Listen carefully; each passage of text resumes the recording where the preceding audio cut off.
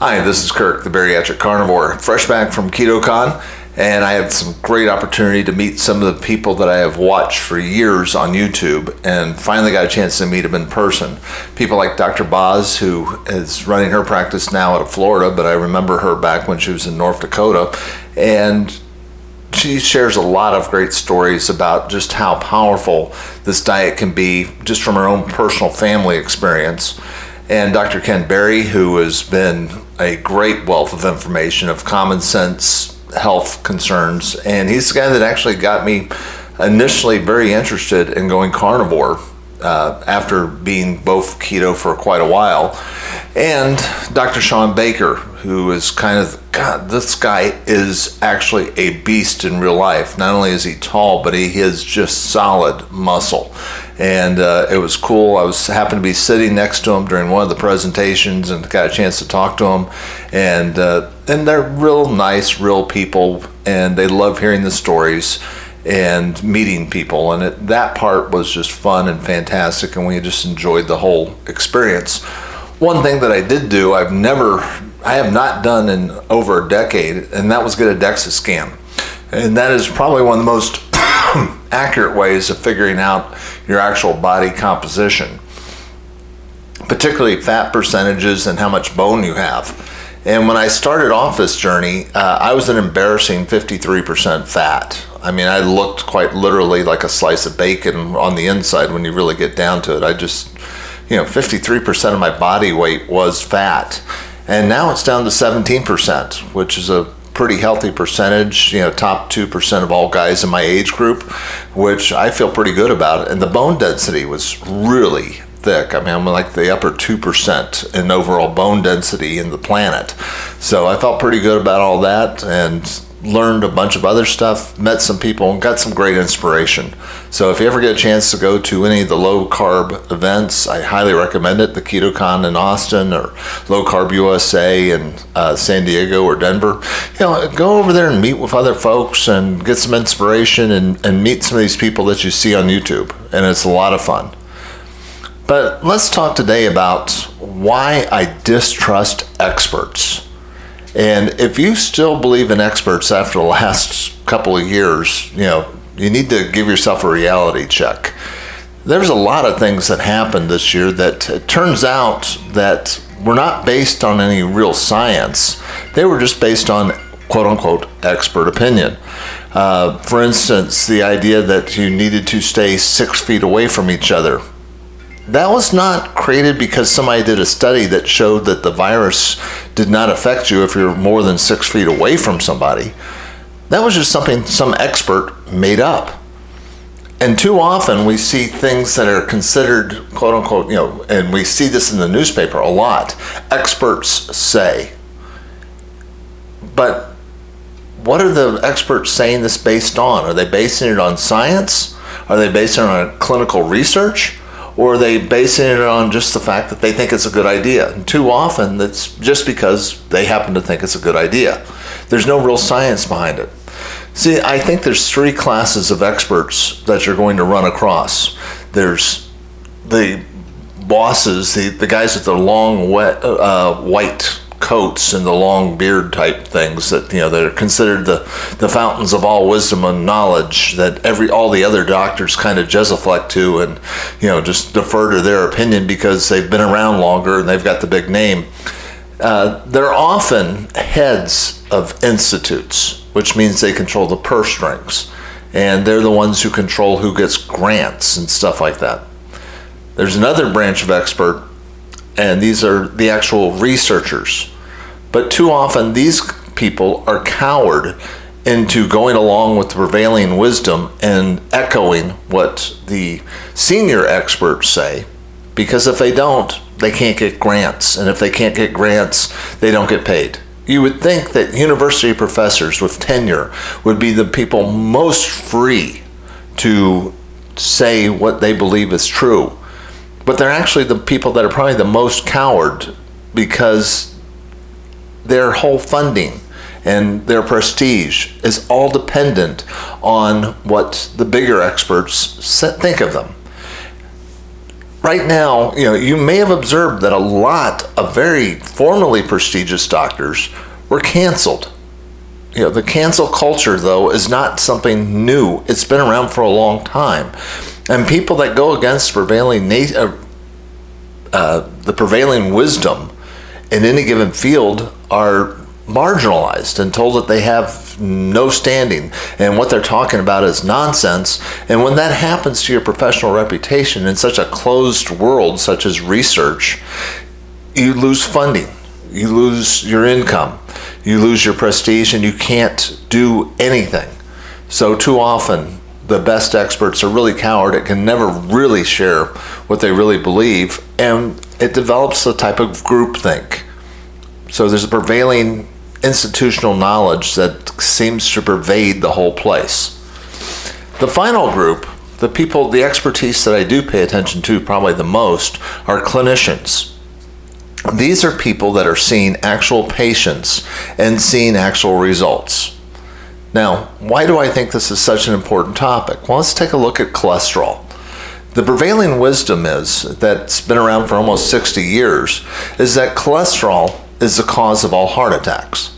And that's what's causing, or that's the only thing we've been focused on in terms of cardiac health and overall health forever. And as a result, because of our myopic focus on cholesterol, doctors have figured out that if you reduce dietary fat, you can reduce cholesterol. Now, when you reduce dietary fat, that means you have to replace it with something, because people have to eat something eventually at the end of the day. And if you can't do fat, that means you can't do red meat. So really what you're getting back down to is carbs. And that's what we've been pushing. And as we've been pushing this for really the last 60 years, America's been getting fatter and more diabetic. In other words, there should be enough evidence out there. There's enough signals that what they are pushing just frankly isn't working. That people are getting sicker, more unhealthy, fatter, more diabetic, and yet nobody wants to change their view on cholesterol, so they are caught in a horrible trap where they cannot get out of it, where they can't say, hey, go to a low-carb diet, because if they do that, then everybody's cholesterol is going to go up and then everybody's going to die as far as they're concerned. And that just doesn't seem to hold true with the clinicians. See, the clinicians are the people that see real patients. And it takes somebody, they can withstand taking the scrutiny of their peers because they're not dependent on those with the long white beards and the long white coats to give them grant money. They actually see real patients. And they get a patient that comes in that says, hey, I've been on this low carb diet and I've lost weight. That is what we call an N of 1. That is a person, an experiment that has done something and it has had this result. So that's a one experience. But then other people do it. And then oftentimes the doctor themselves will try it themselves. And they put it to work. And they realize it's working for them too. So now they have a clinical experience base. Now, can they produce a double-blind experiment that shows that eating low carb creates this change? No, they really frankly can't. And unfortunately, no one can. Because there's no money in it, because it's not a pharmaceutical drug. There's lots of money in drugs that will reduce cholesterol, but there's no money in experiments on diet because, frankly, if everybody changed their diet and went low carb, got rid of ultra processed foods, you'd be kind of hurting the economy because there's a lot of money in big food that's pushing processed foods.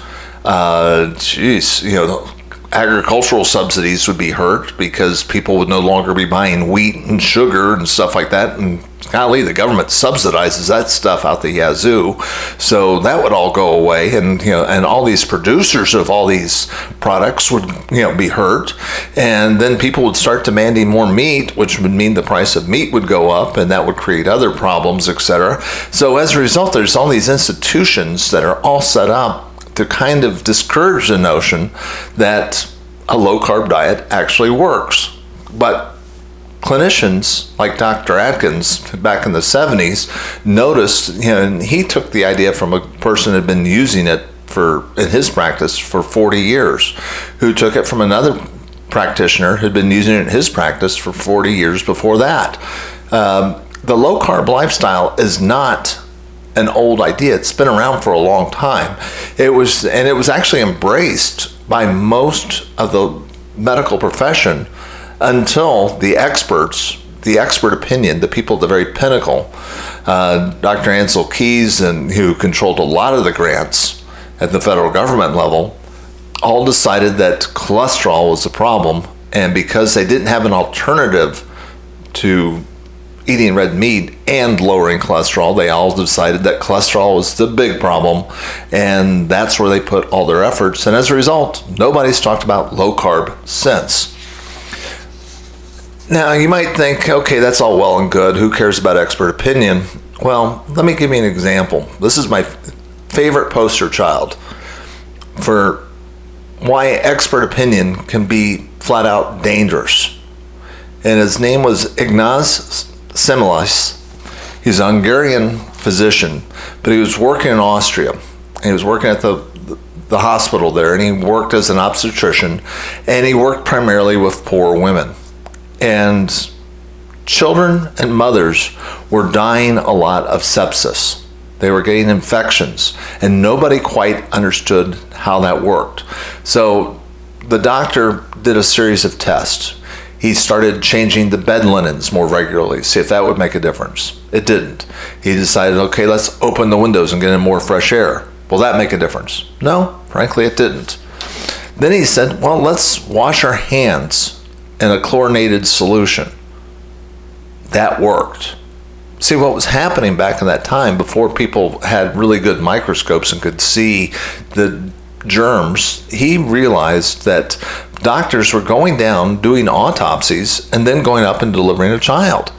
So they'd have very dirty hands, and they would carry the diseases that they had with them and transfer them to the child and to the mother.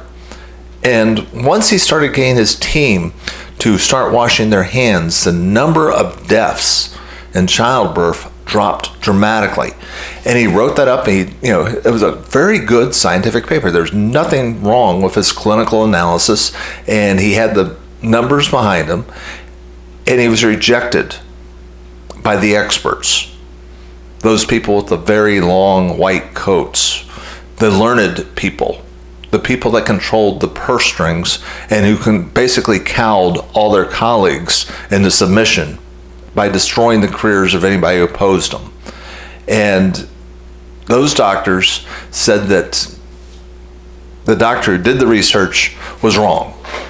Why? Because doctors are gentlemen, and gentlemen cannot have dirty hands. And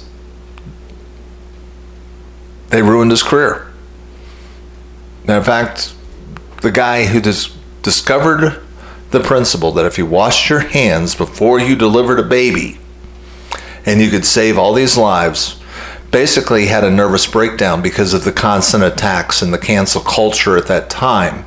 And he died in an insane asylum because he was beaten by some guards. Surprisingly, he died of sepsis, the very disease that he sought to stop because the guards had dirty hands when they beat him. That is the height of the arrogance of expert opinion versus real clinical evidence. That's what we're seeing so much of in today's system. Remember, I keep trying to explain, it's not that these top experts were sociopaths. They weren't psychopaths. But the system itself is sociopathic. It's not looking after the good of patients. It's looking out for the good of the institutions, and it's looking after their good, not yours. So that's frankly why I kind of tend to ignore the opinion of experts, quote unquote, and listen to the clinicians, the people that are actually working with patients. Because those combination of N of 1 experiments actually adds up to evidence. And when you start to see patterns, you realize that some things work, other things don't. So I try to stick to the things that work. If you agree with this opinion, if you think that, yeah, there's some real merit to this, then, I'm going to try to share with you more and more of the other signals I keep seeing out there and why I've changed my diet, my exercise routines accordingly to make myself more healthy. Please, if you like this, hit the like button, hit the subscribe. It tells the algorithm that people are watching this video and they want to make more of a difference, and then YouTube will share this with more people. So frankly, it helps. And if you agree with me on the expert opinion stuff, hey, share with me your favorite stupid expert opinion from years past that has proven to be completely not true. I mean, there's a saying in medicine that the advancement of science advances one funeral at a time. What that means is, as these learned experts die, they can finally, their ideas and their prejudices can be passed over, and it can, the next generation can finally say what they always knew, what the evidence really showed. I don't know how many women died because doctors refused to wash their hands for almost 40 years until Dr. Lister there was finally enough funerals that doctors were willing to admit that they needed to wash their hands before they started touching patients. It saved a lot of lives, but a lot of people died in the intervening 40 years from when we knew hand washing worked to before clinicians finally started doing it, because finally the old guard had died off and science could advance. This is Kirk, the Bariatric Carnivore. We'll talk to you tomorrow.